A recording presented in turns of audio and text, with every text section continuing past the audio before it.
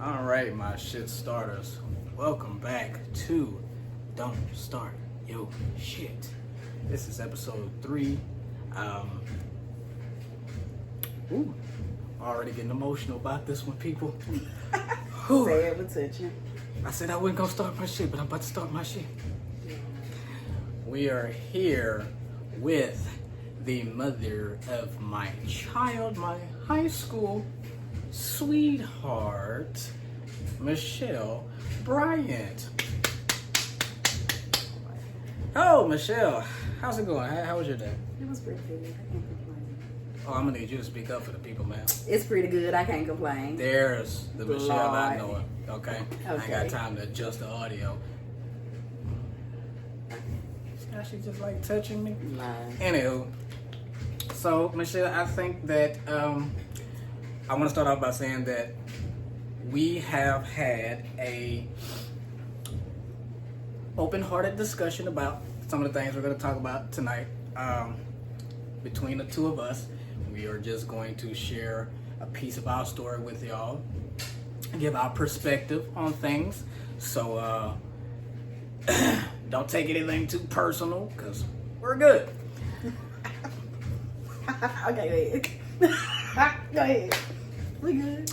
All right, so I want to start from the very beginning. Do you remember exactly how we met? No. I remember we all used to hang out at school in like the little area behind the cafeteria. And like, you know, little groups and stuff like that. Is that what you remember? Yeah, other than powerlifting, that's it. Wrong. Oh, That's shit. not how we I can met. curse, huh? Of course. Oh, okay. This is adult content. Okay. just Age make restriction. Sure. You already know. But go ahead. Okay, so let me refresh Michelle's memory. It's been a decade, you know, so let's refresh her memory. We did meet because of powerlifting, but it's how we met is what got the... You know how life is funny? How one decision can really alter your life in a chaotic way that you wouldn't expect. You know what I'm saying? So let me tell you what happened from the very beginning. You're gonna lie. It's the complete Okay. truth. Go ahead. And I'm sorry for whoever names I throw out there. You're a part of our story too. So here we go. Jesus. So in the beginning, I didn't really know Michelle. I knew her friend, Olivia. Okay. Okay. I had met Olivia when I was a sophomore. She was a freshman. And So you met Olivia before I met Olivia? what? You met in high school? Uh-huh. Oh. We didn't go to the same high school. I mean, junior high. I went to John Street. Okay, all right. Shout out Olivia if you ever watch this, which you should subscribe. So I met Olivia. I can't remember which class it was, but I know he was like a Mr. Professor type dude. Mm-hmm. So my thing was like, I ain't gonna lie, I had a little thing. Crush. I had a little thing for. Crush. I had a little thing for or whatever. Jesus, he's safe. And how? Because why If- you want to say a little thing? You had a crush. I had a little thing for, her. cause back I'm talking like this is teenage term. Crush. I, He had a I had a little crush on thing. her. I had a little thing for Shawty back in the You day, had a crush on a girl. or whatever. Okay, go ahead. So and for anybody who knows me, the presumption about me is like I'm a chubby chaser. I love all women. They just so happen to be big. Oh, Sometimes. Ain't now person been skinny ever. Go ahead. If Anyway, it ain't double in weight, he don't want. Okay, go ahead. false accusations. Anywho, Denial. so I don't know what her perception of our little time was, but it was a little something, nothing serious, nothing too serious or whatever. It was a little something going on there, but never turned into anything. Your man is long. I'm really not. Sophomore year went by, nothing came out of it. So we fast forward to junior year, Your junior year. my junior year. I was sophomore year. Right. So anybody who was in our presence back then know I was on the football team. Don't ask me how that went. It didn't go well. Fuck you, Jaleel. He ended my career. Hi, Jaleel. If you ever see this, fuck you. Uh-uh. But I love you though. You my bro. Concussion. Let me get to that. Okay.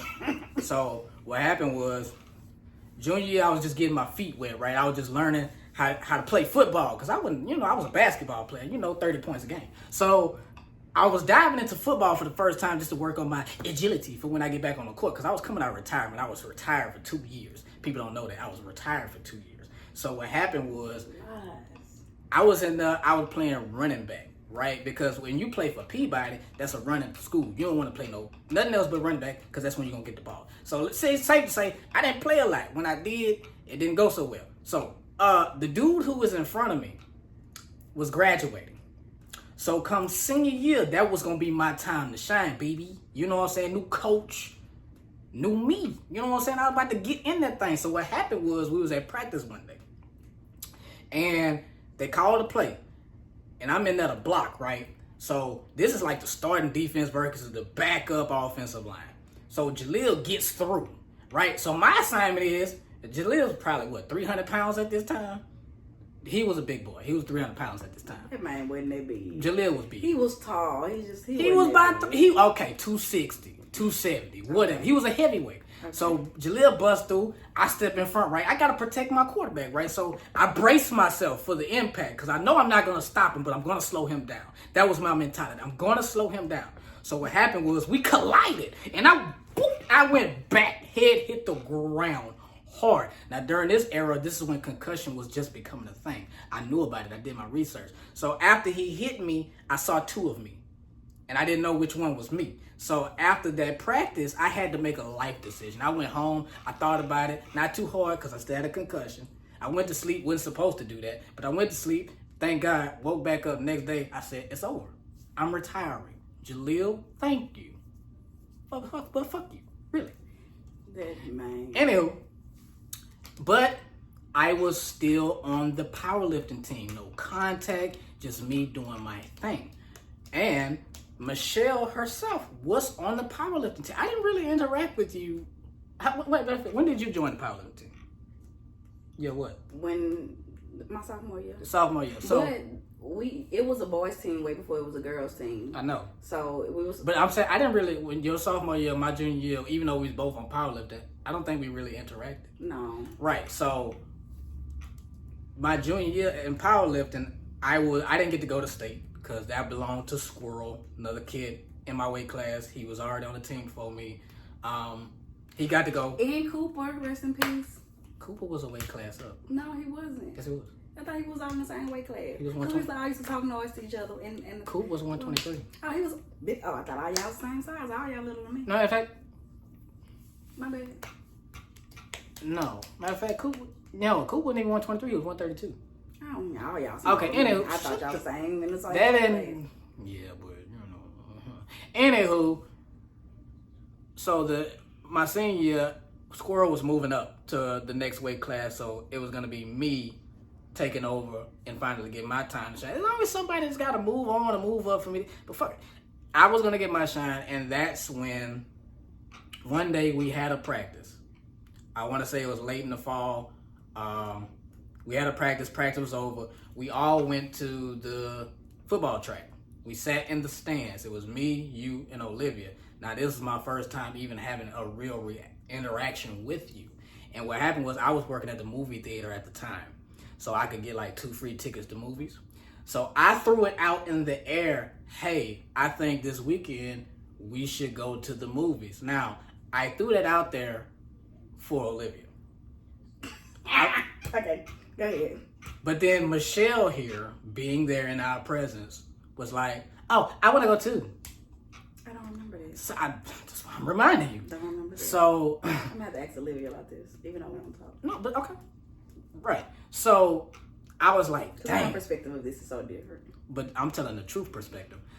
So what happened was, she said, oh, I want to go too. I was like, dang, I only get 2 free tickets. So worst case scenario, I may have to pay for her. Maybe I could finesse a 3rd free ticket, but it was tricky because with new movies, they didn't want to do that. And this was a new movie we was going to see. What movie was it? Taken 2. So what happened was the day of that we were supposed to go to the movies, Olivia canceled. She said that she couldn't go. For whatever reason, I don't know. I don't think she really gave a reason, but she just said she couldn't go. So since Michelle had already agreed to go, me being the humble gentleman that I am, I still hit her up saying, hey, Olivia's not coming. Do you still want to go see the movie? And she said, yeah. I'm like, okay. So I guess it's going to be me and her. Now, I'm in my head, I'm like, this is going to be so awkward because we Don't talk. we didn't know each other. It's like this, I mean, at least if Olivia was there, it was like a mutual third party that could kind of like keep the ice broken and shit. But you know me, I'm him. So I get the whip, you know what I'm saying? I get the whip or whatever. I pull up, I pick up Michelle, right? So we go to the movies. We get to the movies, you know, get the tickets, you know, get the popcorn. I don't know why women just get to the movies and automatically want popcorn. You don't even want popcorn at the house watching movies, but you want to come buy this $10 ass popcorn. But whatever. Boxes of popcorn in my house. We eat popcorn all the time. Irrelevant at the time. So, you wanted popcorn, so I got you popcorn and I got you a Coke. You are a liar. I think it was a Coke. It was a Coke or a Dr. Pepper, but it was a dark drink. It's a dark soda. But anywho, whatever. That's besides the point. So we in the movie, right? We in the movie, and we watching Taken 2. Shout out Liam Neeson or whatever. We are watching a movie, but we're actually talking. We're communicating. We're kind of being silly, making jokes with each other, laughing. And it's like, okay, you know, she might got a little personality to her or whatever. She was cute or whatever, but she got a little personality to her. That's what I thought because, you know, we was vibing. The vibing was good. Movie was decent. I thought the first one was better. I don't know what you thought about it, but first one was better. But after the movie was over, people know you ain't shit already. After the movie was over, I was like, okay, you know, she ain't that bad. I mean, I might could hang out with her, you know. I wouldn't know no like romantic relationship type shit. But I was like, you know, we could be cool. We could be friends. She dope. So I take her home. I'm awesome. Okay, go ahead. So I take her home or whatever. I go back to the crib. I'm like, damn, I ain't even think about Olivia that night. You know what I'm saying? I was like, I was trying to see when the next time me and her could, you know, because I had fun or whatever. I don't know which. Matter of fact, give your perspective on how you think that went. But I don't remember none of this, so I don't know. I don't remember the movie. I don't remember the popcorn. I don't remember us being outside in the bleachers. I don't remember none of that. I remember us standing in the like Peabody had this extra little, like where the vending machines I think were. I don't fucking know. Bro. But it was like we was right there. And Jared, big goofy self, who I still don't like to this day. J Bread. Ew. He had like said some stuff or whatever, and we had started like talking back and forth then. That's what I remember, but hey, by all means, tell your story, boo. And then me and Olivia never, like every time we discussed this, it was never that. I don't know. It was never what? It was never what? Anything between y'all. Okay. Well, she was using you for like food and stuff. But go ahead, I'm listening. Well, that's a lie. In her words, I quote, he tried to talk to me. That's what it was? I mean, that's a lie because I'm not even gonna say why that's a lie, but she know why that's a lie. But that's neither here nor there. That's in the past. I'm not gonna get into those details as to why that was a lie. Y'all gotta do your own podcast. I wanna watch this. Matter of fact, Olivia, you are more than welcome. You're invited on the show to come tell your side of the story, but you know, that's not cap for the folks, you know what I'm saying? Let's give them the real. Baby, we had a thing for a small period of time. It's okay. Look, y'all, just like Michelle, y'all lie, and you know, y'all lie about liking big niggas, and then you like the little people. You know what I'm saying? Y'all got this. Y'all got these suspicions about us. Y'all wanted to test it out. It's okay. I don't like big niggas. I don't know. But go ahead. That's irrelevant. Okay, whatever. Whatever Olivia's perspective is, maybe we can get on here. She can tell it, but I was there. Like I don't have a reason. I wouldn't lie to my shit starters. But go ahead. I'm listening. But women are liars. So I'm gonna tell the truth. Because black men don't lie or cheat. Right there. Anyway, so whatever. So after the first interact, I'm not even gonna call it a day. After our first hangout session, that's when me and her kind of started to text more, and we were starting to get to know each other a little better. And then being on the powerlifting team, sometimes in between practices, the girls would interrupt the boys, you know what I'm saying, because we was going to win. I don't know what they was doing, but they would come interrupt our practice and stuff, trying to throw us off track, knowing we going to state, you know what I'm saying. We had things to do, but, you know, they wanted to try to be seen and heard and stuff. I don't know what was going on. But we started talking a little bit more, and I think, no, I know our second hangout was actually considered a date. What we did was we went to eat. Do you remember well? Nope. Where have you been for the past 12 years? Mm. Okay, so I believe we went to Chili's. Okay. That sounds believable, right? Yeah, we do. We went to Chili's. We had dinner. Good night. It was a good time. Once again, vibe was good. Cool. After that, we only had two that's how good it was. We only had two interactions because the very next time, I came to see you right before I went to work. I came to where you was living, and that's when I first met your brothers. Okay? First met your brothers. I remember you had that New York hat on that was blue and orange and stuff. Yeah, you ready to go, huh? Yeah, you got him. So I met our brothers, goofy motherfuckers, but cool at that time. Oh, okay. You know, you know what I'm saying? At that time. So I see her before I go to work. I go to work. She texts me talking about something. Her brothers had asked her, was I her boyfriend? Don't remember that. But go ahead. Go ahead. I'm just going to be remembering things. Go ahead. Go ahead. I'm listening. Those Okay. things I don't remember. Her brother, because her brothers had asked her if I was her boyfriend. My response to her was, tell them yeah. Oh, I don't remember this. And she was like, okay. And from that very moment, which was December the 12th, 2012, that's when we were officially locked into a mutual relationship. And she knows. We celebrate December the 6th every year. Where you get 12 from? Damn, that wasn't you? I told you be lying. I just knew you'd be lying. Domestic violence. Oh, all the time. Go ahead, keep going. Okay. You right. December the I got my date. It's pissed. Look. December the 6th. Oh, so you do remember. I don't remember all those details. My details are very different. But go ahead. So from December the 6th, we had entered a relationship. Can we agree on that? Mm-hmm. Okay. Oh, goddamn. Okay. So now we are dating.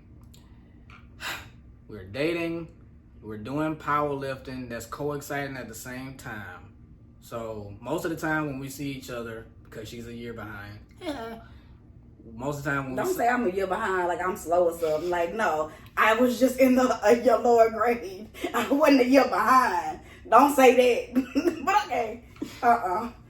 She was a year behind. No, the hell I wasn't. I was just a grade lower. I wasn't behind on nothing. Go ahead. My bad. Go ahead. You done? Mm-hmm. I just had to get that out because no, I wasn't. Go ahead. So she was a grade behind because, she's born a year behind. Okay. That's why. Let me clarify. So there's no confusion. Behind. Okay. So we're dating. Most of the time we saw each other was at powerlifting practice. We would hang out weekends when we could.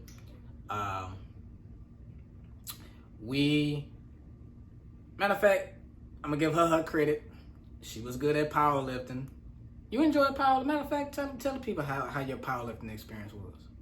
Oh, it was good. How I got into powerlifting is that I was in, I think, a home ec. That was our powerlifting coach, Miss Bowie. And she was asking us did we want to join. And everybody said no at first, but after we talked about it in other classes, it was like, okay, we're gonna go to tryouts. And then when we went, it was cool. Everybody vibed real good. Everybody energy was good. And it was more like, we kept each other afloat because we had home life stuff going on. Stuff like that. And then I became the captain. I was captain too. Lies. Co-captain. Gary. What's the captain? That's why I said co-captain. Mm-mm. Wasn't the co-captain that other big boy? What's his name? He was big and dark skinned. Oh, my kid? Yeah, him. No. Definitely me. Yeah, it was. It was my kid. Because I was And then after that, it was Norman. Before that, it was Norman. One of them years was. Norman stole my trophy. He owed me. They wasn't even the same weight class.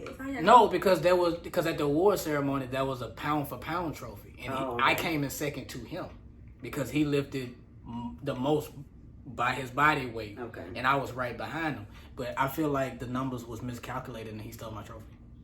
But that's neither here nor there. I got my accolades. Is what it is. So you were good, right? Did you ever lose? No, I did not lose. I didn't lose to Stevens. Stevens, where you at, baby? I miss you, girl. I didn't lose. What happened?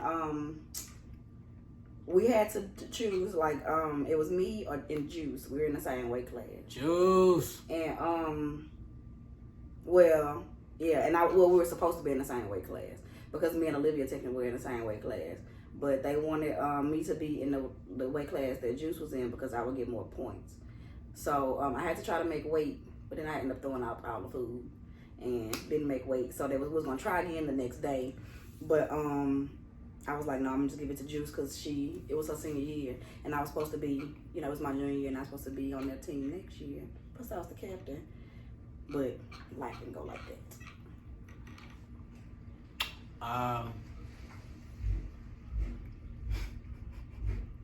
We might want to pause and talk that out. Nah, man, it's cool. I can edit the background noise down. Okay. So at one of these meets, did we get married? Yeah. It was at Pineville, huh?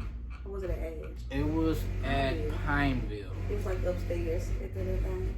Yeah, it was at Pineville. Juice was the officiating officer. We jumped the barbell. Not the barbell. It was beautiful. I think there's a video somewhere out there about this. It is a video out there with the. I'm talking about the girl that took it with the wild hair and she was kind of brown skin. I forgot what her nickname, because y'all all had nicknames. You talking about Kiara? Was that her name? Pitbull? Why would you say that loud? That's what they called her? She ain't gonna watch this. Probably is. But is that what called her? I don't know. We didn't have we didn't do that. I mean, no, this was the people around the school called her that. Oh, I thought this was a team name. No, why would we call her Pitbull? Because maybe she was a dog. I don't know. Oh, wow. No. That's the people around the school called that girl that. What was yours? No, we're not doing that. What was your nickname? Stallion. I was Stallion. I still got my shirt somewhere back there. Because you had them knees on. No, see, I almost cursed you out. No, because I was strong. Strong young lady. Wouldn't that make you a Clydesdale? I don't know what that is. Anywho, so she had a good run. She never lost, as she said. I don't remember if I ever took a loss because my accolades are just ridiculous. Like, 2-time national champion, state champion, first at state, first at nationals, the GOAT. I mean, just the flag bearer to future Peabody powerlifting champions behind me. Like, I was him. I opened the doors for greatness. That was Therese. Hey, Therese. You feel me? So, we had together. We was literally a power couple. We had a great dynamic, a great career. Now, once I was done killing the game, it was time to move on to the next phase in life, which was college. She had to stay behind because of age and grade. So, I go off to college. She stays behind to finish her senior high school. As I'm navigating life as an adult on my own for the first time, there was a day where I get a text message that would completely alter the course of both of our lives. Michelle, you want to tell them what that text message was? Baby, don't do that, because we know I don't remember. We know I don't remember. Okay. You got my story all mixed up. I didn't stay behind. I went back to Baton Rouge. I know that, but okay, I know that. Okay, so she went to Baton Rouge. right? I went to Northwestern State in Natchitoches, so technically we was going to be about 3 hours apart for that year. So I'm in my dorm room one day, probably finishing up some homework or whatever, and she texts me with the little stick that you tinkle on. Not tinkle on. And of course, I don't know what them lines mean. I ain't, you know what I'm saying? I'm not that literate when it comes to stuff like that. So I asked her, "Hey man, what does this mean?" Mm-hmm. And she was like, "Well, I'm pregnant." For who? Oh, you such a liar. I almost punched you in. Don't get abused. Nah, that wasn't my first thought. My first thought was, matter of fact, let me take this off. We about You gonna take the glasses off? yeah, because this is touching. Okay. This is touching. So she sent me that, and I was like, "Oh man, what are we gonna do?" I mean, we teenagers, like literally 18, you know what I'm saying, 17 and stuff like that. So it was a bit of a shock in the moment. I'm sitting up there thinking like, oh man, like she was supposed to come to campus and we were gonna do this and do that. We was gonna have so much fun. It was like, damn, I guess that kind of goes out the window now. Scared, nervous, uncertain, all kind of emotions, all kind of feelings. What were you feeling when you found out? Disappointed. It would be the word. I don't know. Ooh, not yeah. disappointed. A lot of disappointment. It's crazy. We had our whole lives ahead of us. Bitch, we not dead. It felt like death. Yeah, Wow. I just felt like we had our whole lives ahead of us, and we were gonna have to, make some decisions. I ain't gonna lie. For most, I understand pregnancy is supposed to be a beautiful thing, but when you're that young and you wasn't expecting it, that's devastating. It's like, why? It's not your first initial thought. It's like, oh my God, this is wonderful. We're gonna have this little bundle of joy. We're like, do we have to keep it? Right? Do we? We gotta keep it. We gotta keep it on. So from that, it was like, okay, for me personally, it was like, well, how am I going to tell my family? Because this would have been unexpected of me for them, and my family can be slightly judgmental, and they think that they know everything about how life should go and what you should do and stuff like that. So I was worried about how I was going to tell them. I didn't have to. So what happened was Michelle had this app on Facebook. Facebook snitched on me. So she had this weekly updated app on Facebook that would tell her how far along she was and what size the baby was and all that stuff. And my mom's coworker, who was friends with me friends with Michelle on Facebook, that's Kim. But she's claiming she don't have a Facebook. Right. Kim seen that and told my mom before I got a chance to say anything. So my mom texted me and it was like, what's this about on Facebook about Michelle being pregnant? Is it yours? Well, damn, first of all, who the hell told you? And then she was like, well, Kim seen on Facebook that Michelle got this pregnancy update app. I was like, oh. Thanks a lot, Kimberly. Thanks a lot. So she know I don't like her. So at that point, I ain't gonna lie to you. I thought initially it was my brother, because the only two people that knew in my family was my brother and my sister. And I asked them not to say anything, and I know they wouldn't. So I was like, well, damn, did one of them betray my trust and tell them? But I'm glad that was not the case. I'm glad that they kept. Yeah, it was Maurice. I went to him first. I think I went to him before I went to Peach. I know Peach wasn't gonna say nothing. Right, Peach wasn't gonna say nothing, but definitely Maurice. I felt like the news was so devastating to me. I needed to tell somebody, even though I wasn't ready to tell my mom, my dad. I needed to tell somebody because I didn't know what to do. I feel like he was the best person to get advice from on the situation. But we decided that we're going to keep it. We're going to do the parenting thing. Okay. Still questionable as far as like how this is going to work. So time goes on. She gets close to giving birth. Matter of fact, it's around the time she's graduating high school. So first year of college is done. High school is done. I get in the car with her mom, and it was the night of graduation. Yeah, it was great. We went down to her graduation because we were going to get her. She was coming back. We were coming back home, so we went to the graduation. Nice graduation, but I like the hair. Thank you. I worked very hard on my hair, my nails. She was cute. She was fire when I was a little giddy when I first saw her. She actually fell in the chair at her daddy's house. I remember that. That was funny. Yeah, that was. Because why would he have that set up like that? Pregnant and just. And he was excited, by the way. He was sad for it. Like, he was upset for one day. And then after that, he had all these plans that he wanted to do with her. Right. After he didn't want it to be a girl. So right. aggravating. Right. So we go get her. We come back. Now it's time to figure out how we're going to navigate this. So we really sat down at this place called Spoons, which no longer exists here anymore. I noticed.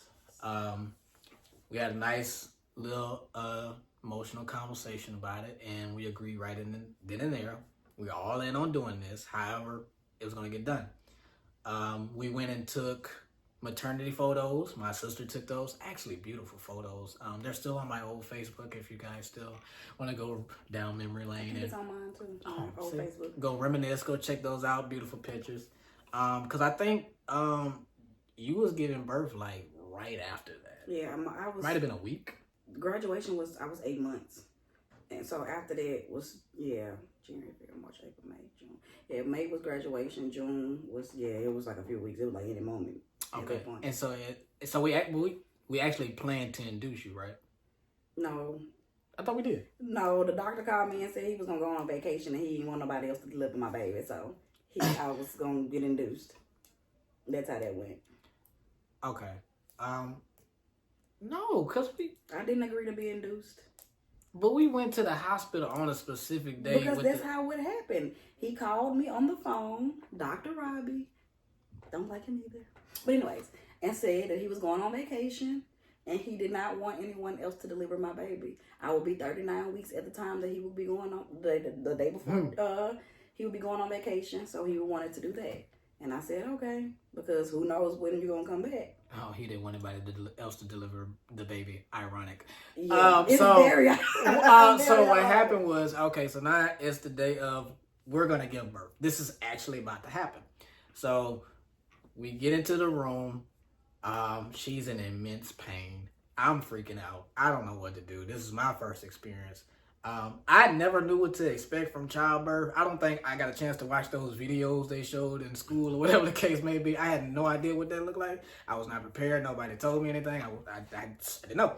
So we're in there, and there's a lot of commotion going on. She's yelling. She's screaming. She's now you lying. Breathing heavy and stuff. Now you lying. And I'm just like, she's like, do that hold my hand thing. Hold my hand. Hold my hand. You could literally hear the person in the room on side of us screaming versus me screaming. The nurse was literally saying shh the whole time. Wrong bitch. Who was screaming? Maybe that was me. I was screaming on the inside. I might have been screaming on the outside. I don't know. But I remember it was time for you to do the pushing part. Mm-hmm. And for my first time birth experiencers, this was not a pretty sight. Mm-hmm. So the process is happening, right? And her sister and her mom are just basically, they're holding me, they're holding my hand, they're trying to make me look at it. I don't want to look at it. He's lying. He stayed at the top the entire time. No. He stayed at the top the entire time. Anywho, the process was happening, and I'm watching it happening. I'm watching everything come out, and I'm like, ooh, you know how I didn't know whether to faint or throw up. I really did. It was so disgusting. Childbirth is not beautiful. I don't care what nobody says. It is horrible. It's horrific. It's a horror movie. So then they like, okay, Nala's here, right? And they, of course, the umbilical cord, you only see that in movies. You don't know what they really look like in person. So they hold the thing up and they like, oh, you gotta cut it. Cut what? Myself? Because I don't want to cut this. This is disgusting. I don't want to touch this. I don't want to look at this. No. Give me the baby when it's not attached to her anymore. Give me the baby. That's funny. But I manned up because this was first child, first moment. You don't get this back. So I take the little scissors or whatever. I cut it. I was like, I cut it. And now I have this baby in my hand. And I was like, well, do I smack it? Or do I wait for the doctor to smack it? Now, in my defense, I asked that question because the doctor was not there. Dr. Robbie was not in the room. The nurse delivered our child. Yep. The man who didn't want anybody else to deliver the child was across the street at his office when she was giving birth. But he definitely came in at the end and took credit for it. Yeah. You gets no credit. Okay? So now it was literally nobody else except for the nurse there. No other doctors, no other nurses. She had no backup. Right. Just and I wish I told you. I wish I knew. I know. I was just about to say. I wish I remember her name. I hope you're doing well in life. We thank you so much. You were a trooper. You did great. Oh my God. You helped me through the process. So now we're in the hospital. Was she the one that asked to be there? Because remember we had like an emergency and we had to go there and you were already panicking. She was like, I have to be in the room. Yeah. Okay. Yeah. I wasn't panicking. I was a little hysterical, but I wasn't panicking. I was there. So now we're in the hospital. They took Nala, because they take all the babies or whatever after birth. We waiting for her to come back in the room. They wheeled Nala into the room. Now, for whatever reason, Nala was the only girl born this day. It was her and a bunch of other boys. Mm-hmm. She was the only girl. And the smallest. 5 pounds. 4 pounds. 4 pounds, 12 ounces. 5 pounds if you round up. Nope. It's not enough ounces. Shut up. So they wheel her in. Right? And I'm looking at her. I'm like, she's so ugly. No. She was the most beautiful thing I've ever seen. She looked like an alien. She was so wrinkly so white and light skinned. I was like, ooh. Who white baby is this? I was in love. I was like, oh my God, this is my baby.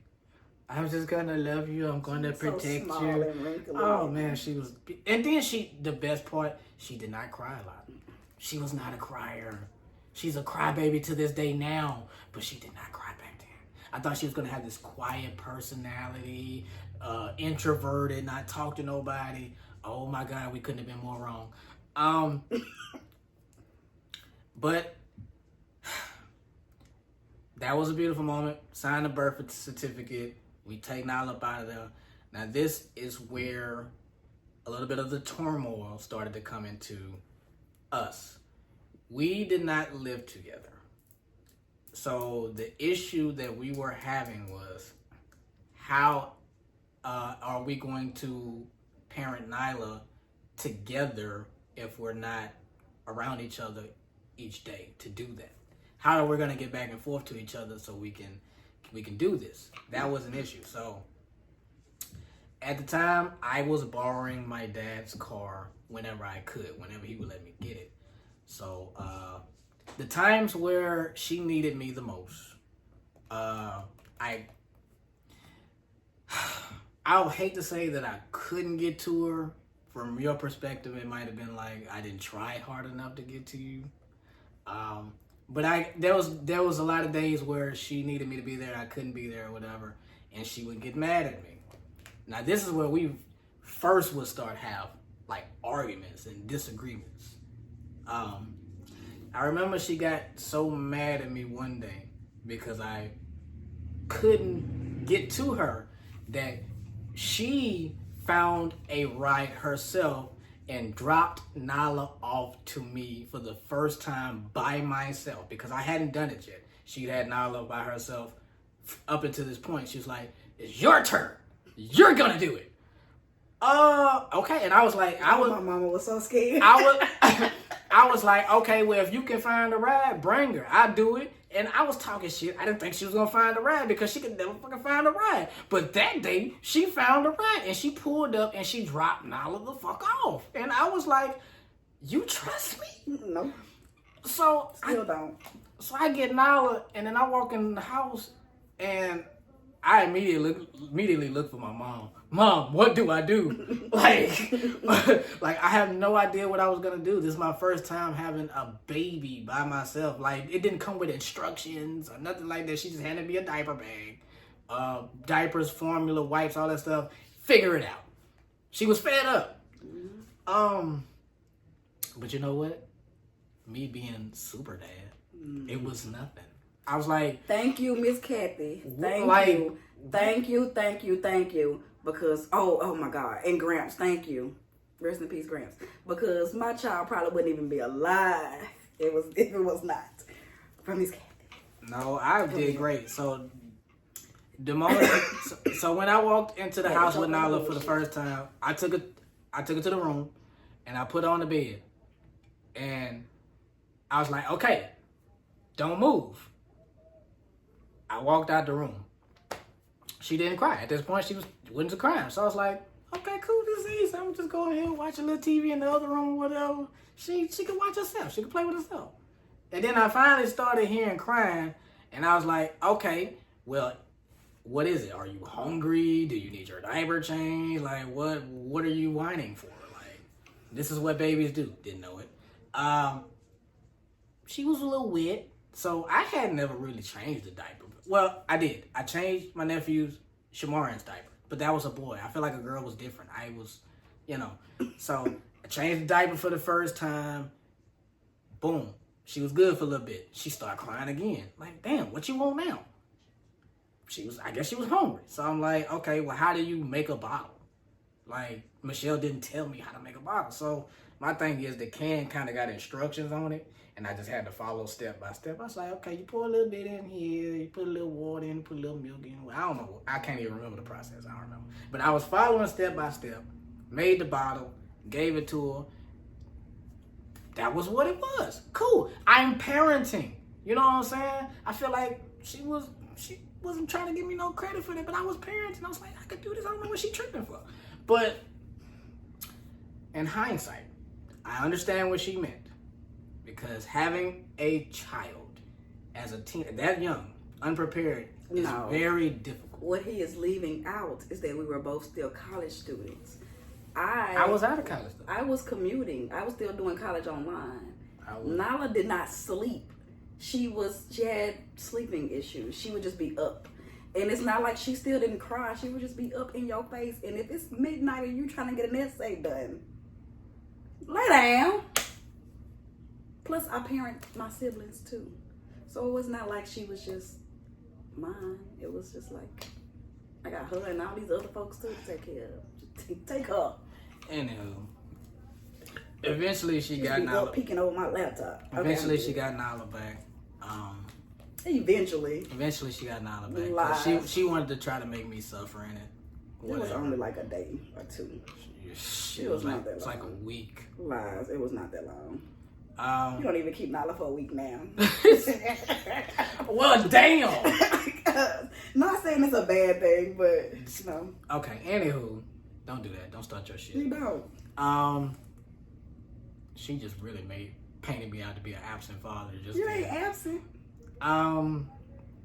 But the issue. Nala don't trust you that much. But the underlying issue, even when she got Nala back, was we were not in the same household. We just could not get that together. So what happened was, come 2015, I was working my old job at the movies and I was working Cracker Barrel. She told me that her grandpa could get me on working for the city, which means I could negate both those other two jobs and just work this one job.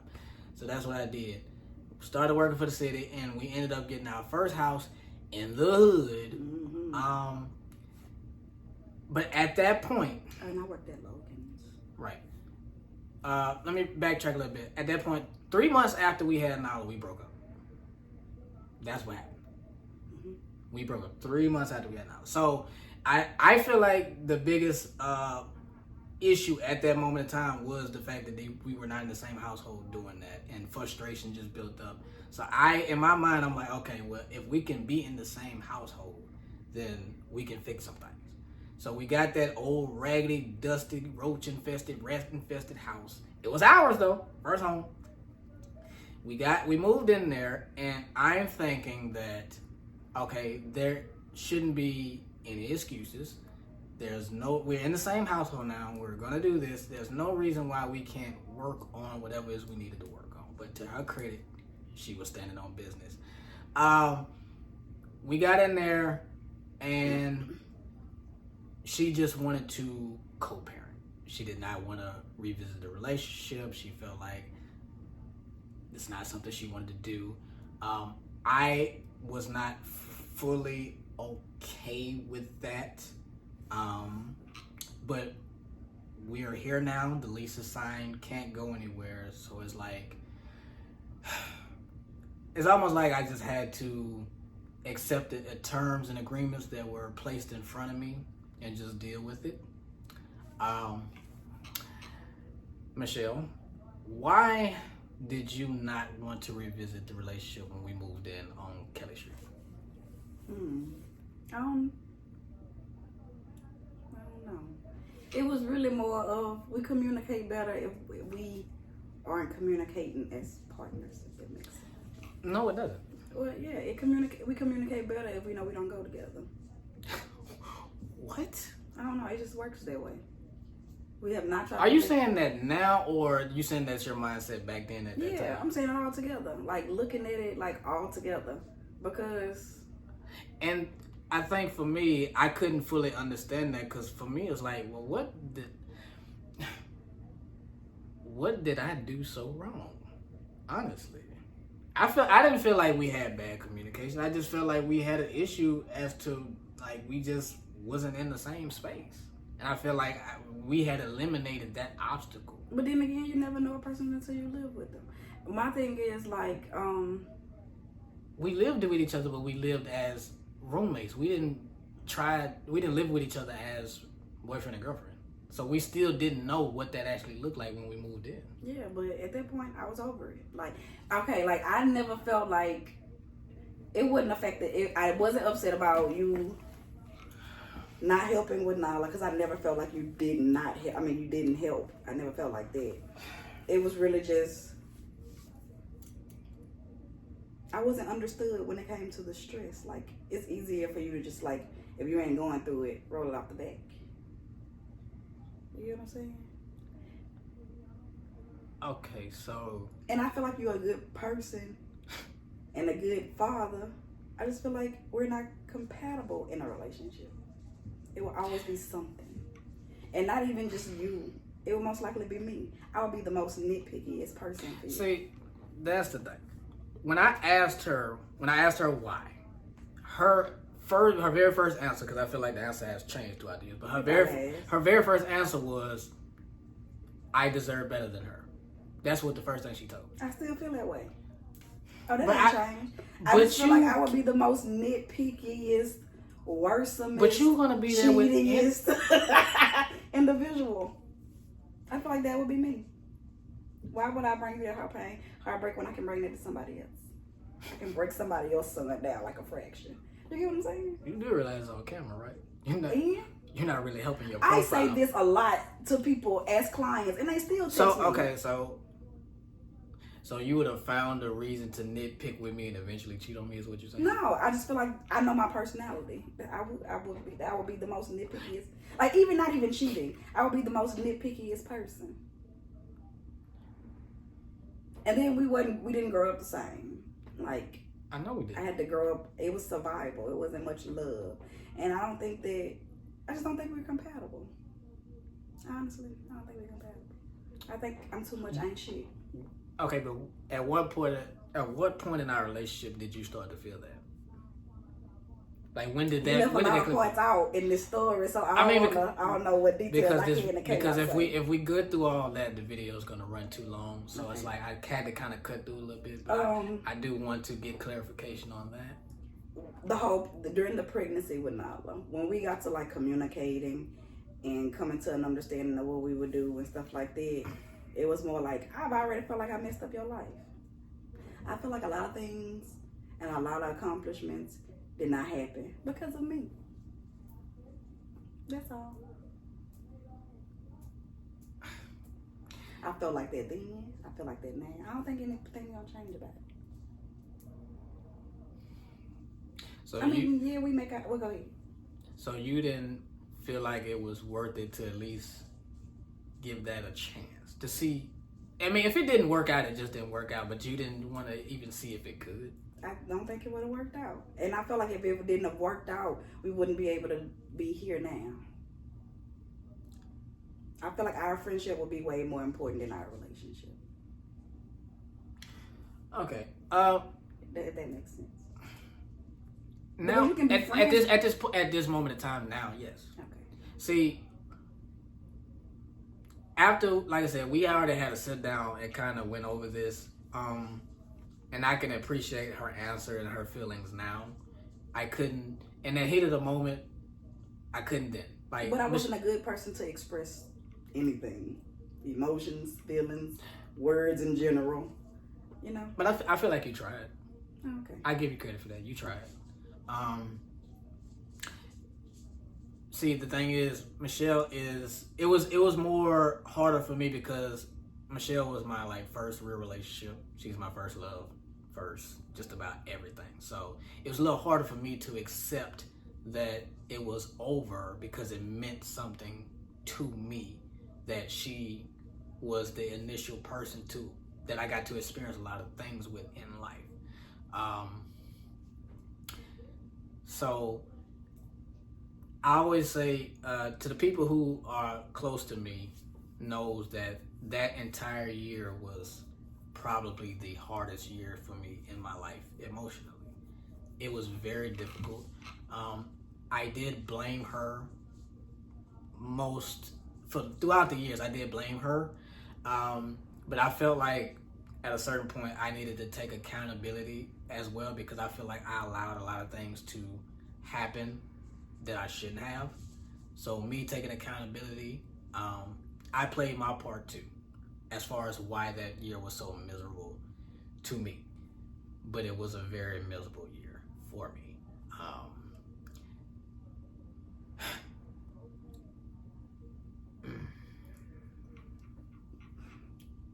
No, I'm not crying. Fuck y'all.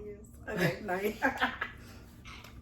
But that's what the breakup was for me. It was an emotional wreckage to me, mentally, physically, especially doing the job that I do. It's very physical and stressful. When I felt like a lot of times when I got home, there was no outlet for me. There was no release for me because the breakup happened, and then we still had Nala, who's a newborn. So I'm still trying to navigate how to be a good dad while being an emotional wreck at the time. So there was really no way of getting around being happy that year. Just getting through the year to the least was up for me. What was that year like for you? Honestly, it was just a lot of hidden feelings. Just doing things to make sure the feelings don't come up, so the conversation doesn't come up. Really. What hidden feelings? You know, I mean, just because I don't want to be in a relationship with you, don't mean I don't care about you. I don't care about how you feel. You get what I'm saying? And a lot of times, you don't realize that I know things be wrong. I just don't say nothing because I know you're not going to talk about it with me, so it don't make sense for me to say anything. So, imagine this big elephant in the room, but nobody's discussing it. That's basically what it was.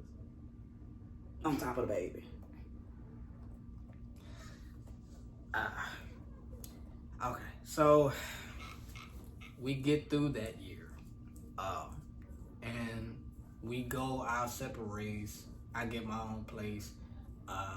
Where'd you go? Trail. He doesn't exist anymore. Right.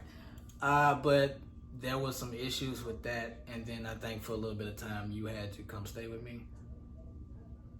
Yeah, we had moved into on Olive Street, and then me and Trail broke up. Right. So I had stayed with you for a while. Right. Yeah. So she moved in with me temporarily. It ended badly. Mm-hmm. You had just got a new job working at the hotel, right? Yeah. We also have a disagreement on how this came about too. But there was a day where your mom had came to get Nala the day before. She wanted Nala for the weekend, the entire weekend. Mm-hmm. But then the next day she was like, "Oh, she didn't want to keep her. She didn't want to keep Nala." So you had asked me to go get her. Now, from my perspective, completely different perspectives, I felt like, because she came to get Nala, so I felt like since she didn't want to keep Nala, she should have brought Nala back. And I say that because at the time I hadn't got paid yet, so I was limited on money, limited on gas in the first place, and I was just trying to make it to my paycheck. So I didn't feel like I had enough to make the trip back and forth and then go to work and all that. So since she came and got Nyla, can you please bring her back? For whatever reason, she couldn't, and she contacted Michelle at work and I don't know what she told you, but I guess she was like, I wasn't coming to get her. No, I'll tell your side and I'm gonna tell my side. Or whatever. I don't know what she told Michelle, but I know Michelle texted me very upset. Your message to me was basically like I just didn't want to have Nala at all. No, because we had talked on the phone and everything. Like my thing was, we already been through the fact that we know these people ain't shit. So just look at the baby and just forget about it. You get what I'm saying? We know these people ain't worth a damn. That was just my thing. Instead of thinking of the word, and my thing is, people don't treat your kids like you treat them. And if my parent already treat me like shit, how you gonna treat my baby if you don't want to be around her? That's just the way but my thing is, we were raised different. I was raised off survival. You actually had some love and care in the house somewhere. To this day, my kids can't go to my mama's house without a phone and call me if you need me. But they can go to Miss Kathy's house with nothing, no food, no nothing. They don't even need clothes. Just drop them motherfuckers off. You get what I'm saying? But I was just like, my thing was, you already know she ain't shit. Just please go get the baby real quick. But then there was a lot of eyes when I'm at work. I can't get up and go. But I still had to leave, walk, come back. Like, it was still, boy. She was upset. She left work. She came. She packed everything up. She left with Nala. And after that, she did not want me to have communication with them. Yep. So for, I want to say like a month straight, I didn't have any contact with Nala. Didn't see her, didn't talk to her, anything like that, which led to me trying to find her to go to court. Lies. He stalked me, got my address. I didn't and stalk they you. subpoenaed me. I didn't stalk you. I'm going to tell you how it happened. I didn't stalk her. I have a connection. That's an actual police officer who was the right-hand man to the mayor at the time. Stalking. I asked him, could he get the address for where she was staying? That's not stalking. Yes, it is. No, it's not. Who's in criminal justice is still stalking. No matter how you get the information. Got the information. Same the information from the person that was there. Because you was a communicator. Got the information. Did the subpoena, whatever. Did what we had to do. We're going to court. Whatever. Okay. So I'm expecting this. And wait, lies. You did have communication with Nala because your mom was coming to get her and Nala was coming back. I seen my daddy this weekend, blah, blah, blah, blah, blah, because I had to say that in court. Yes, you were communicating with Nala. Oh, that was after the fact. That was one weekend. No, it was one weekend. No, it wasn't. Your mom was coming to get Nala faithfully. But I didn't see her. No, I saw her for Christmas. That was more than just Christmas. But we can agree to disagree. Okay. What people don't understand is that Nala can't, well, what you should understand is that Nala can't hold water. She gonna say something. And if she's excited, especially at that age, she gonna say, Mama, I seen my dad. Just like I said the same thing in court. If I didn't want you to see Nala, I wouldn't let your mama see Nala. Because she gonna let you see Nala. That would make sense. Anyhow, we go to court. I'm expecting this big, nasty battle. And it was not that at all. Which leads me to, like, if we were not even going to have a real argument in court, why did we not communicate before that so we could have avoided the court costs and this arrangements? And why we had to get involved in this? Because if I'm talking calm, cool, and collect, nobody hear it. But when I'm acting a fool, I'm crazy. That's it. Ain't no in between. If I talk to you calm, you don't hear it. Now, if I start acting a fool, calling you all this and threatening you and all that, now I'm crazy, now we need a mediator. That's it. Because my whole thing was, you can't play when you want to be a parent. You either want to be a parent, you signed up for this, or you don't want to be a parent. Because things happen where your kids can't wait. And your thing was, oh, we can just wait. Wait till I come get you to come get her. When this not your family. You don't know how my family operate. Just go get my child. That was my thing about it. That was it. Just go get the child. And I felt like, okay, we playing when we want to be a parent. You can't play when you want to be a parent. If your child needs you, because just to this day, if they know, if I'm not comfortable, my mama coming to get me. If the setting ain't right, my mama coming to get me. I only play that call your daddy because if you don't call your daddy ain't gonna show up. And that's just how men work. That's it. So if I never said, I felt like you can't play when you want to be daddy. Either you daddy or you not daddy. Then we wouldn't have never, nothing would have happened. We would never been able to communicate effectively. You get what I'm saying? And then again, I'm not the most communicative person. Well, back then especially. Not with words, none of that. So if after I done gave it to you calm, you finna get whatever come out. And then, if I recall, we was on the phone, and I was like, okay, I need you to go get her, whatever. This was like before I sent the text message. Before I was upset or whatever. And something you was joking with Peach in the background. And it was just something that I felt like it's not a playtime. Peach wasn't there. Somebody was in the background. Somebody was in the background. You was at their house playing, laughing. No, I was at the house. I was at the house by myself. Okay, somebody was in the background. My dad showed up after I told him you was on your way to get your stuff. Yeah, but no, your dad wasn't there when I made it there. Yes, he was. No, he wasn't. He was sitting in the living room. Yes, he was. No, he was not. Your dad, because he was keeping me calm. He said, "Son, just let her go." He was saying that. He was there saying. I don't remember that. I don't remember I'm that. telling you. I called my dad before you got there. Came and got me, and then when I came and packed up the stuff, it was just you and there and me and there. No, my dad was there. Because he said, "Son," he said, "Son, just let her go." No. Because if he wasn't there, then me and you really would have got into it. He was the one keeping me calm. He was there saying, "Son, don't say nothing. Just let her go." I don't remember that. I'm telling you. Because you at that moment in time we both heated. You think it was going to be it was smooth. You got in and you got out. I mean, but it was only like that because I didn't say anything. I just wanted to get my shit. I know you, but I was going to make a fuss about it. So that's why I'm telling you my dad was there because he was the one saying, "No, don't say nothing. Let her go." No, I don't remember that. My dad was there. So that's why I was saying that day I was at home by myself. There was nobody in the background playing around, nothing like that. Mm-hmm. I'm right on. I don't even like to do this on Gramps. That is. Put that on Gramps. I'm gonna put it on Gramps because people don't know I don't like to put stuff on the dead, but I need people to know this is serious. I was not joking around with anybody. Nobody was at the house. It was just me. My dad came over after I called him when she was on her way. He calmed me down. She was allowed to get her stuff in and out because he kept me back. That's how it went. But regardless, we get through the court situation. We have our arrangement.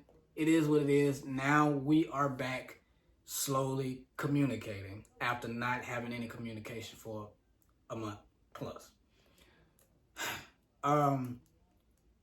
It took us some time to get into the groove of this new co-parenting situation because I felt like we kind of had to relearn to be friends again because that was a kind of tumultuous situation. It was like I felt like, oh well, I didn't seen the darkest side of her. I don't even know how we can even be cool again. But it's like for the sake of the child, you want to have the best communication possible, even if you two are at it. I feel like that's at that very moment. That's when I realized the child comes first. It took some time. It took some kicking in the ass to do. But I was like, okay, for the sake of Nala, I do need to be able to communicate effectively with Michelle if this is going to work. So it has been years and years and years. Nala's 10 now. How would you describe our co-parenting life now? I ain't got no complaints. I have the best co-parenting life. We have been able to figure it out. It has not been without its trials and tribulations. It's not Lies. easy. Ain't no trials and tribulations. The girl ain't worth a damn. She causes all the problems now. Okay? We communicate fine. This like I have worked on my communication. I have worked on myself as a person. I try to open up a little bit more. Same thing, vice versa. We just had to grow up while we were raising her. That's it. Like, I feel like, I don't know. I don't blame nobody for nothing. I feel like, I do honestly feel like there's a lot of things that you didn't accomplish that you should have been able to accomplish that if Nala wasn't here, you know. But things happen. I feel like we made the best out of what we could. Like, we ain't have much support. We really did what we were supposed to do. Like we had support here and there in spurts. Yeah. My parents, sometimes your parents. Give them a little credit. I ain't giving them shit. Okay, it's different when you're when your parent is coming to pick up, buying things, spending time. It's another thing when I gotta pay my mama to watch my child when I'm going to work. It's not the same. I ain't giving her credit for none of that. Miss Kathy and Grandma Rose, y'all get the credit. Y'all stepped up. Y'all made sure she ain't want for nothing. If she needed a babysitter, if she needed to ride to school, she needed somebody to pick her up from school, anything that needed to be done, them two did it. So, parents, hell no. So, I think on this part, let this be a lesson to people out there that co-parenting can work. Even if you guys have gotten into it and you feel like there was no coming back from it, you can reconcile. I think it depends because it does depend, but I feel like for the most part, if people just put whatever shit they got going on their own parts aside and really focus on the kid, it is possible. Yeah, but I don't like my whole thing of it is different. Like when I talk to people about it or whatever. I'm the nosiest baby mama anybody can have. I want to know what you got going on. I want to know how you feel today. I want to know if you're living. I want to know if you feel like killing yourself. Because I feel like if I care about you and you care about your mental health, the kid is okay. Like, I don't feel like, that's my only thing about it. I don't think just focusing on the kid is, I feel like if you nosy for all the wrong reasons, then yeah, just focus on your child.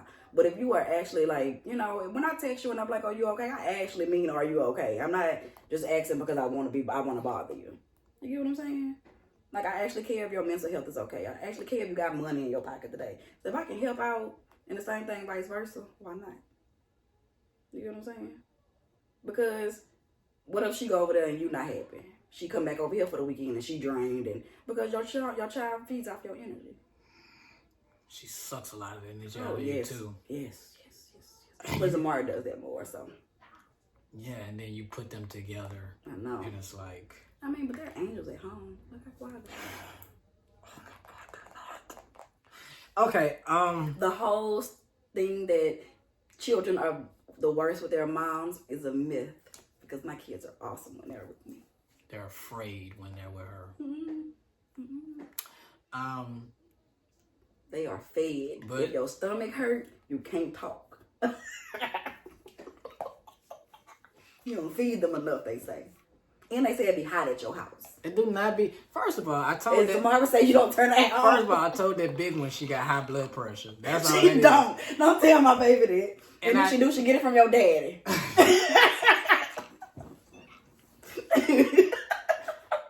My dad is sick. You don't talk about him.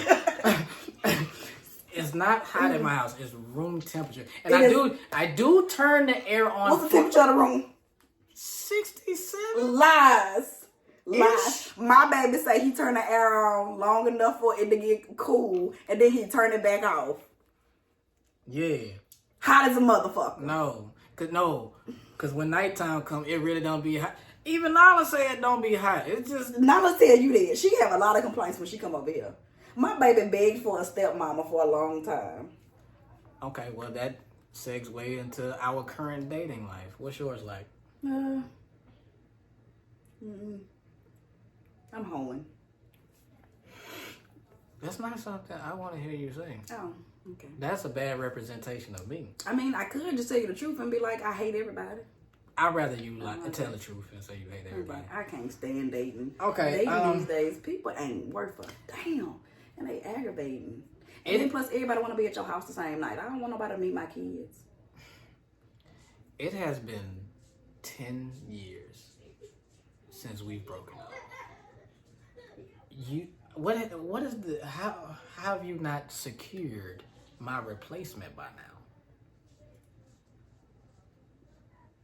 You've had the nigga is on drugs. He a crackhead now. Oh my god.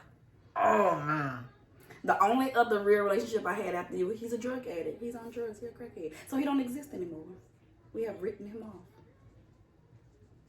Okay, so and then I've dated people and stuff like that, but have these people made you appreciate me more?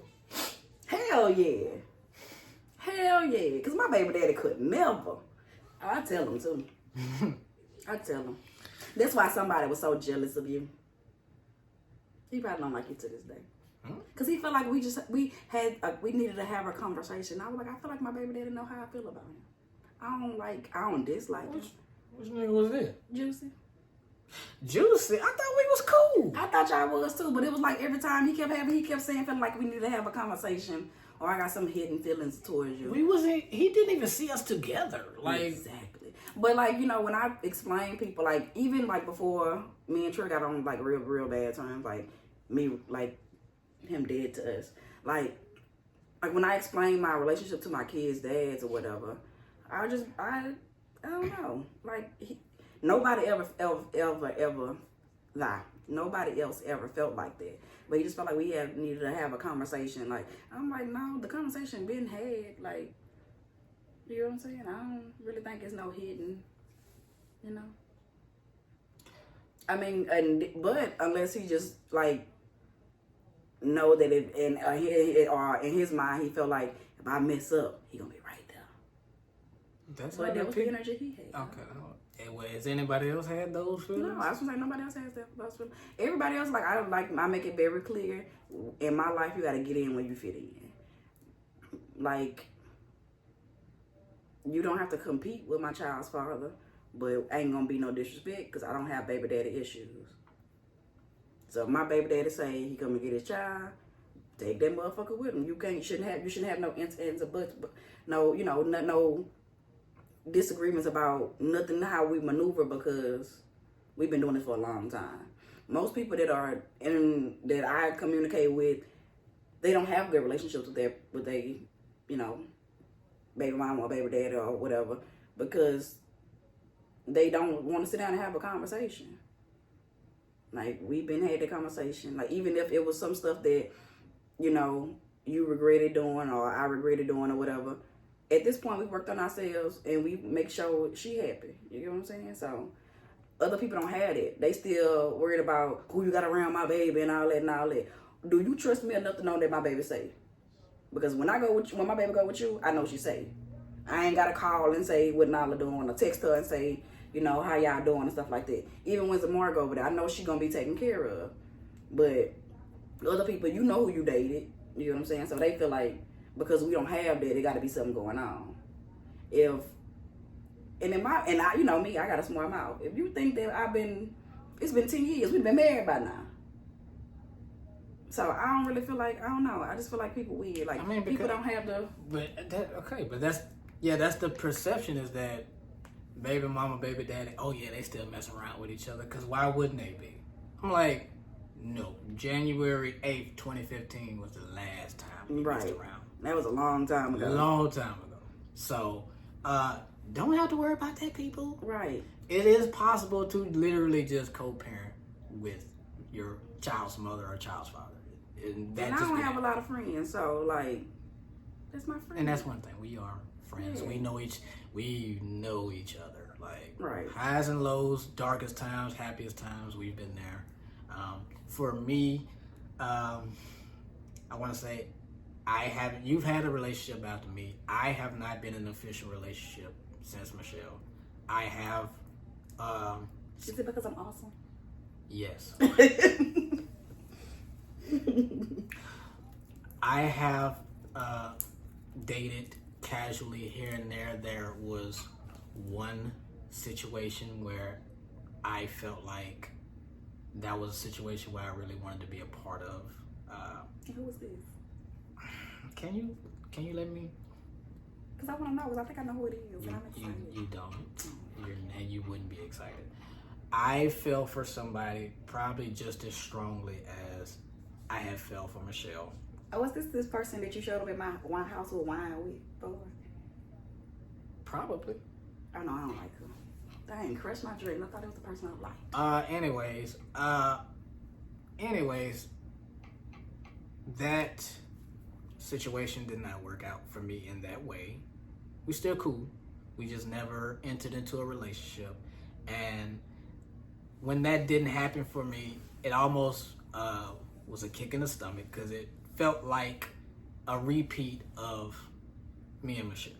Not the same situation, but that same feeling I got of just feeling like I was not good enough or a disappointment, because that's how I felt for a long time. I felt like I was a disappointment to you. I feel like I didn't meet y'all's expectations, even though I tried my very best to do so. So that situation did not work out for me. And then it's like when that happens to you, especially as a guy, it kind of messes with your pride a little bit. It kind of alters how you... I want to know who this person is. Well, we're not going to reveal names on this episode, but I've talked to Michelle about her. And Michelle knows, I don't like to reveal my personal private life to her. Even though we cool and I know I can, I just don't feel the need to, for me personally. But I was so invested in this situation that I did mention it to her to seek her advice. And you did give me advice. Which you did not follow. I did. Okay, because now I know who it is. And now I know I don't like her. Because I feel like, just in my opinion, it was nothing you did made me feel like you weren't good enough. Okay? So I'm sorry that I made you feel that way. But her, on the other hand, I ain't want no real ass nigga. She want that bum ass. Okay, go. I fucking hate her. She want a motherfucker that don't care about her. Like, come on now.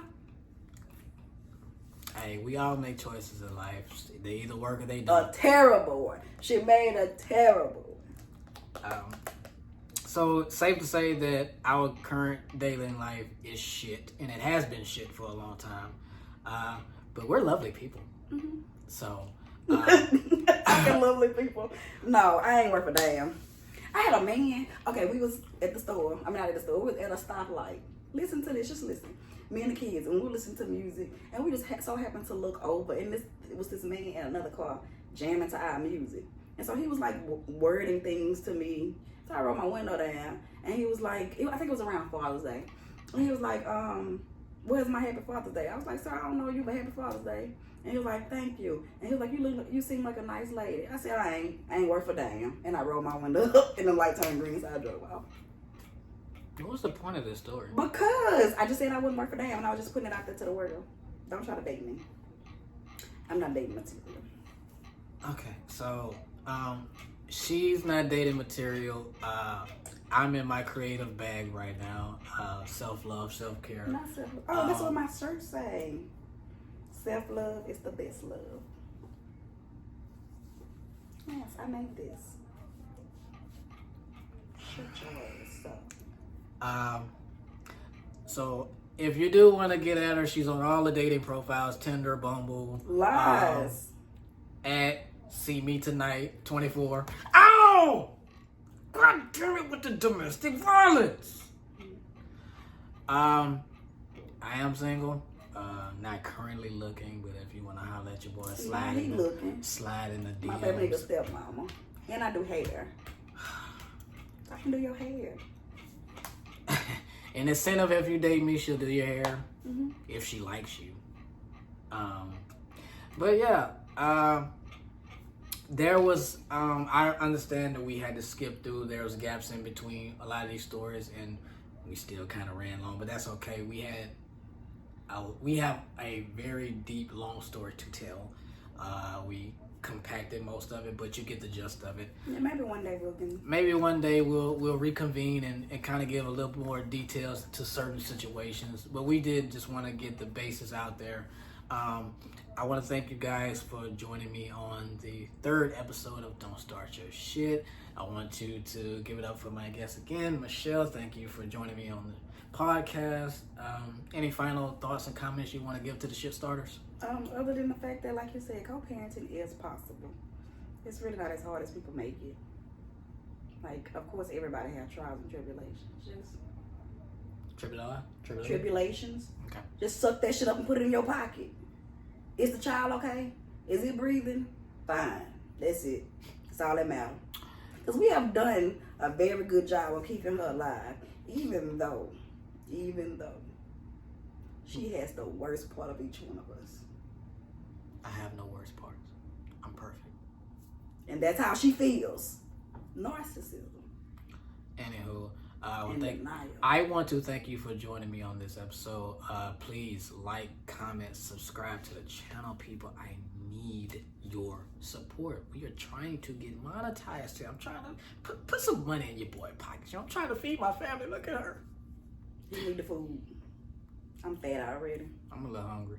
But join me next time for the next episode. This is me signing out. Don't start your shit. Won't be no shit. We out.